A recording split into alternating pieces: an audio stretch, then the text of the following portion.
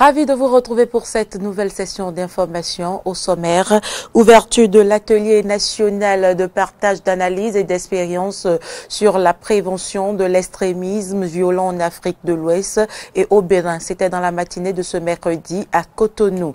L'ambassadeur de la Norvège près le Bénin en visite a été reçu en audience ce mardi par le président de la République, Patrice Talon. Il fait un point de presse pour évoquer les sujets abordés avec le chef de l'État. Période de fin d'année, d'intenses activités commerciales, plusieurs produits inondent le marché. C'est également la période de solde et de liquidation. Mais quel est le constat fait cette année? Élément de réponse dans ce journal.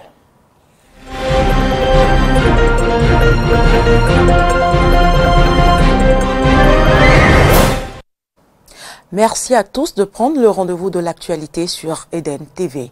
Je l'annonçais dans les titres, l'atelier national de partage, d'analyse et d'expérience sur la prévention de l'extrémisme violent en Afrique de l'Ouest et au Bénin s'est ouvert ce mercredi à Cotonou. La rencontre réunit des participants venus des différents ministères, des structures en charge de la décentralisation, de la sécurité et de la gestion des frontières. Reportage Horacia Georgi, Fréjus Fiossi. Rencontre de partage, d'analyse et d'expérience sur la prévention de l'extrémisme violent intervient dans un contexte où les menaces terroristes prennent de l'ampleur en Afrique de l'Ouest. Elle est initiée par l'Agence béninoise de gestion intégrée des espaces frontaliers en partenariat avec le Bureau régional pour l'Afrique de l'Ouest de l'Institut d'études de sécurité, ISS. Seulement dans l'année 2018, dans la seule région est du Burkina Faso, on a dénombré environ 37 attaques. Et dans chaque attaque, il y a au moins un mort. Et cette région Est est une région limitrophe de notre pays. Deuxièmement, dans la présentation du gouverneur de la région Est qui sera là demain, il nous a dit qu'en dehors de sa région, il y a d'autres zones sous risque. Et ces zones-là, c'est le pas du Douvet, qui leur échappe déjà, eux, dans leur pays. Mais ils sont sûrs que ça nous échappe dans notre pays. Ce constat, qui témoigne de la capacité d'adaptation et de résilience des groupes, devrait nous interpeller sur l'efficacité de nos réponses et sur notre capacité non seulement à contrer l'action de ces groupes, mais aussi et peut-être surtout à prévenir l'extension du phénomène. L'objectif de cet atelier est de promouvoir une compréhension mieux partagée de la situation liée au risque de propagation de l'extrémisme violent et de contribuer à travers des recommandations, l'élaboration de solutions préventives adaptées et de mesures complémentaires pour les réponses envisagées. Vos réflexions et échanges conduiront, je le souhaite, à définir les axes d'une stratégie commune en termes de coordination des actions, de mutualisation des efforts nationaux et de gestion des ressources humaines selon les standards adaptés au contexte du milieu. De même, il vous revient d'émettre des propositions dans le sens d'une pérennisation de ce cadre de concertation pour en faire un instrument privilégié de réflexion et d'analyse au service de nos États. Mon pays, le Bénin, est d'ores déjà disposé à offrir un cadre adéquat de travail pour la première édition. La rencontre se tient du 12 au 14 décembre 2018 et sera meublée de plusieurs thèmes de communication. L'ambassadeur de la Norvège près le Bénin en visite a été reçu en audience ce mardi par le président de la République, Patrice Talon. Face à la presse, il a, avec le ministre des Affaires étrangères, fait le point des sujets abordés avec le chef de l'État. Laurent Toneikes, Damien Pedro. Jens Pinter Kimprud, l'ambassadeur plénipotentiaire du Royaume de Norvège près le Bénin, et le ministre des Affaires étrangères et de la coopération, Aurélien Agbenonsi, étaient face à la presse pour faire le point de la visite de l'ambassadeur qui a résidence au Nigeria. Un séjour qui s'inscrit dans le cadre du renforcement des relations diplomatiques entre la Norvège et le Bénin, mais également d'un suivi des recommandations de la visite officielle de travail du président Patrice Talon à Oslo du 7 au 9 novembre 2018. À cet effet, je suis porteur de message de mon Premier ministre, Erna Solberg, le Premier ministre du Royaume Norvège, adresse à président Talon, qui j'ai le privilège de rencontrer ce matin. Je voudrais préciser qu'en regard de la nouvelle dynamique de coopération entre les deux pays, le Royaume Norvège a décidé de rendre éligible le Bénin au programme du développement norvégien Oil for Development. Le programme Oil for Development est piloté par la NORAD, agence norvégienne de coopération pour le développement. Un programme qui offre une assistance aux pays comme le Bénin dans le domaine de la gestion des ressources pétrolières de manière durable et de l'exploitation. Et pour concrétiser la coopération entre les deux pays, des actions sont prévues. Nous avons décidé que le comité de consultatif qui travaillera à faire avancer tout ce que nous avons retenu sera ici au cours du premier trimestre 2019, en même temps qu'une délégation d'hommes d'affaires norvégiens dans les secteurs du pétrole, du gaz, des énergies renouvelables, de l'aquaculture et du tourisme. À cela s'ajoute la décision du chef de l'État d'organiser au cours du second semestre de l'année 2019 une semaine du Bénin en Norvège pour permettre aux hommes d'affaires du Bénin de mieux se familiariser avec les normes du marché norvégien. Toutefois, après la visite de travail du président de la République en Norvège en novembre dernier, des entreprises norvégiennes se sont déjà rendues au Bénin. Depuis la visite du président de la République, depuis son retour, on a au moins 3 groupes importants, Panoro Énergie, Jacobsen Electro Group et Vissim, qui se sont rendus au Bénin. L'un s'occupe de surveillance des eaux territoriales du périmètre marin pour notre pays, et les autres sont dans le domaine de l'énergie, à la fois les énergies renouvelables, mais aussi les énergies telles que nous les utilisons de manière classique. Dans le cadre des accords entre les deux pays, le Bénin a décidé de soutenir la candidature de la Norvège comme membre non permanent du Conseil de sécurité de l'ONU pour la période 2021-2022. Le ministère des Affaires étrangères et de la coopération a également organisé ce mardi une séance sur l'accès aux emplois dans les organisations internationales. Des participants ont été outillés pour mieux aller à l'assaut des opportunités d'emploi à l'échelle régionale, voire internationale. Le récit, c'est avec Frédéric Espoir Oumambou et Fiacre Voitan. Comment faire pour placer davantage de cadres béninois dans les organisations régionales et internationales? C'est certainement la recherche de la réponse à ce questionnement qui a permis au ministère des Affaires étrangères et de la coopération d'organiser ce mardi 11 décembre 2018 sa première séance d'information sur l'accès aux emplois dans les organisations internationales. Une séance au cours de laquelle le directeur de la stratégie et de la politique internationale tente de justifier le fait que les Béninois ne soient pas aussi représentés dans les organismes internationaux, comme c'est le cas pour certains pays de la sous-région. Il a été constaté que les cadres béninois peinent à se positionner au poste les plus élevés dans les institutions internationales pour diverses raisons, au nom desquelles le manque d'informations sur les différentes opportunités dans les organisations internationales, l'absence de suivi de l'évolution de la situation des emplois au niveau des postes statutaires et électifs et la faible capacité du Bénin à anticiper sur les postes vacants pour susciter des candidatures béninoises. C'est le secrétaire général du ministère qui a lancé les travaux. Dans ses propos liminaires, il a souligné l'engagement du régime en place dans ce sens.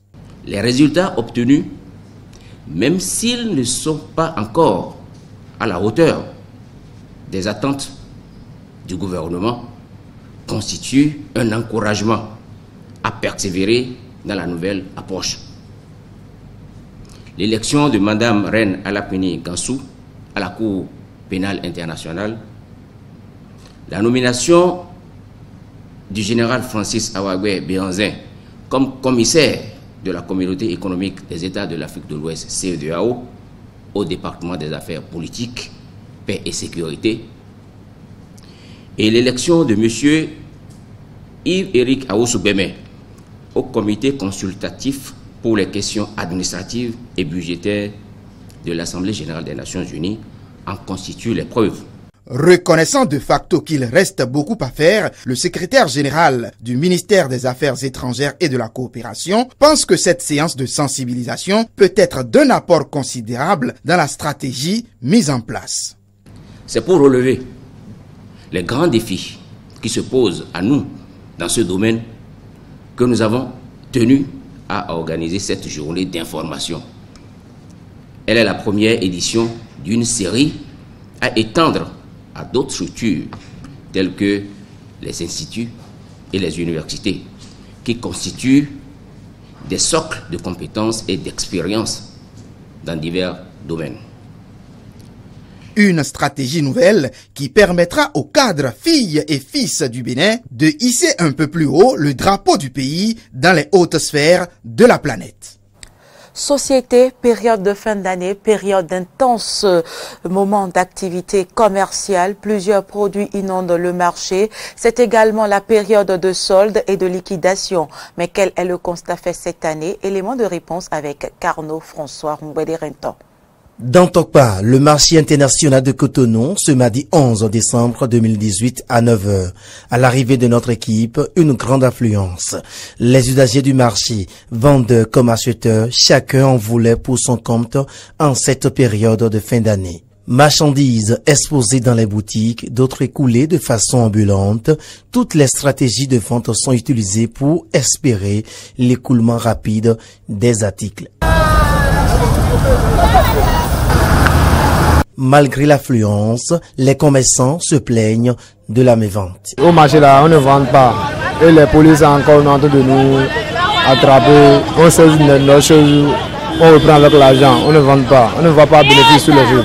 On sait qu'on n'a pas l'argent de la vie.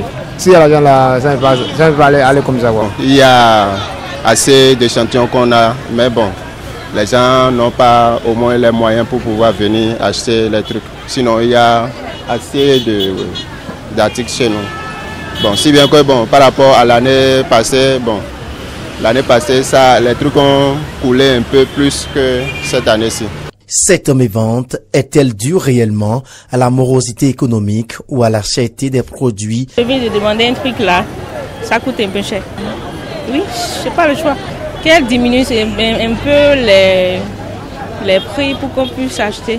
Bon, c'est un peu moins cher. Mais il y a d'autres qui sont coûteux, mais ça va.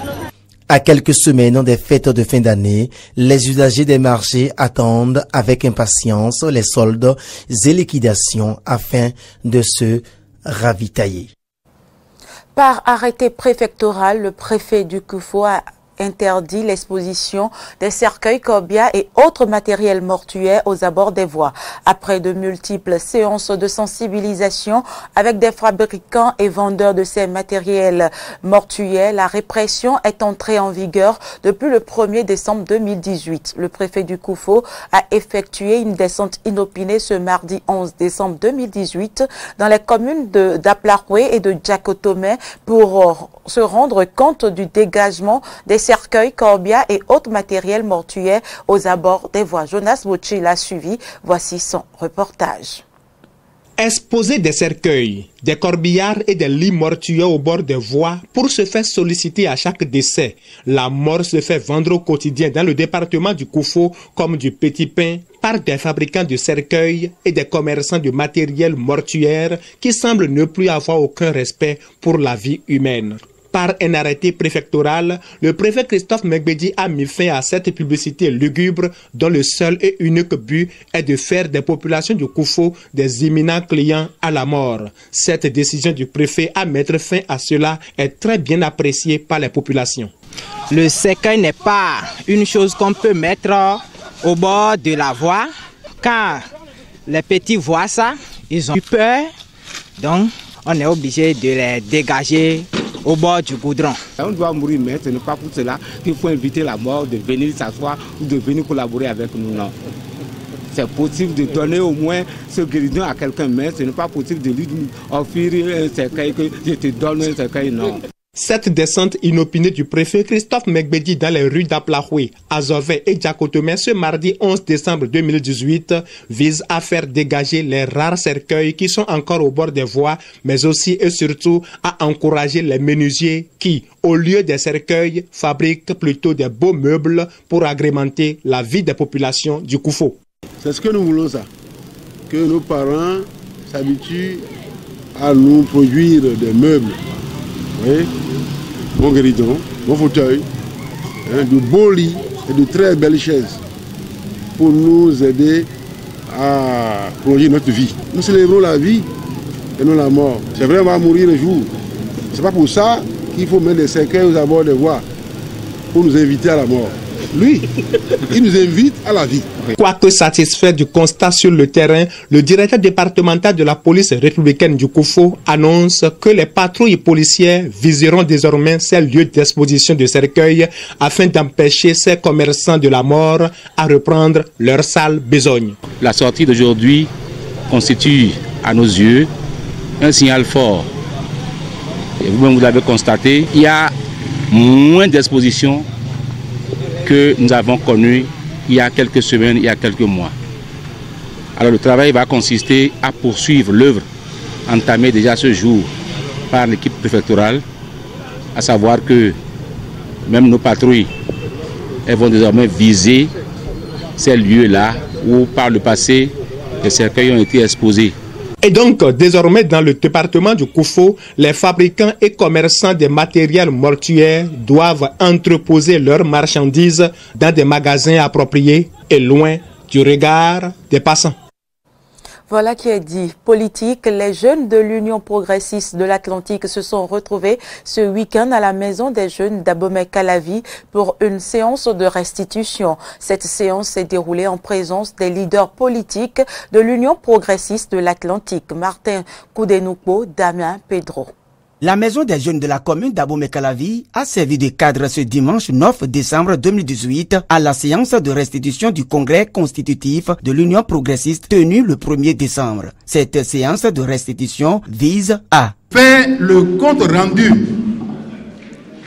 du congrès de l'Union progressiste qui a eu lieu le samedi 1er décembre 2018 au stade de l'Amitié. Pourquoi cet appel? Cet appel simplement parce que vous étiez nombreux à ce congrès. Beaucoup plus nombreux que vous ont voulu être présents mais n'ont pas pu. Compte tenu du quota défini. Ce quota n'était rien d'autre que ceux qui avaient pu déposer à temps les dossiers pour être membres fondateurs. Leader de l'Union progressiste et membre du bureau national, Epiphane Renfort a exprimé sa gratitude aux jeunes militants de l'Union progressiste du département de l'Atlantique pour leur contribution à la réussite du congrès constitutif de l'Union progressiste. Aussi, les a-t-il exhortés à s'investir davantage pour la réussite des législatives 2019 dans la 6e circonscription électorale. Nous incarnons l'espoir. C'est la preuve que nous incarnons la réussite. C'est la preuve que nous incarnons l'union. Parce que dans l'union, on peut tout accomplir, on peut tout faire. Et comme vous le savez bien, nous, notre objectif, c'est de garantir les 4 sièges au chef de l'État dans la 6e circonscription électorale. Les jeunes de l'Union progressiste de l'Atlantique sont sortis de cette séance de restitution nantis d'éléments de langage et arguments pour mobiliser du monde pour la victoire de l'Union progressiste aux prochaines échéances électorales. Santé pour boucler ce journal, le directeur de cabinet du ministère de la Santé du projet coopération, renforcement, assurance, qualité des laboratoires de contrôle de qualité des médicaments. Ce projet couvre 4 pays que sont le Bénin, le Burkina Faso, la Mauritanie et le Niger. La mise en œuvre rigoureuse de ce projet permettra d'améliorer le niveau technique du personnel du Laboratoire national du contrôle de qualité des médicaments. Suivons à présent le directeur du cabinet qui nous donne quelques précisions. Il s'agit d'un projet de renforcement, de coopération pour le renforcement de la santé de qualité des laboratoires nationaux de contrôle de qualité Corac Lab. C'est un projet qui est financé par l'initiative 5% du Fonds mondial. Il est conçu pour appuyer 4 pays francophones, dont le Bénin, et vient combler le vide créé par le constat amer selon lequel aucun laboratoire de contrôle de qualité des médicaments des pays francophones de l'Afrique de l'Ouest n'est préqualifié par l'OMS. Et ça, c'est depuis fort longtemps que beaucoup de pays de la sous-région africaine essaient de faire les processus nécessaires pour avoir des laboratoires nationaux de contrôle de qualité. Il s'agit d'un projet d'environ 700 000 € pour les 4 pays, dont la mise en œuvre va couvrir environ 36 mois. Son objectif principal est d'accompagner les laboratoires nationaux de contrôle de qualité des médicaments des 4 pays cités dans la mise en place d'un système de management de qualité en vue de se conformer aux exigences de la norme 17025. Il vise entre autres à renforcer le système d'action de qualité, de contrôle de qualité, les capacités techniques du personnel, la maintenance des équipements et le système d'information, mais également la traçabilité des produits. Fin de ce journal, merci de l'avoir suivi. Nos informations sont aussi à suivre sur les réseaux sociaux, Facebook, Twitter et sur notre site internet benin-eden.tv. À bientôt.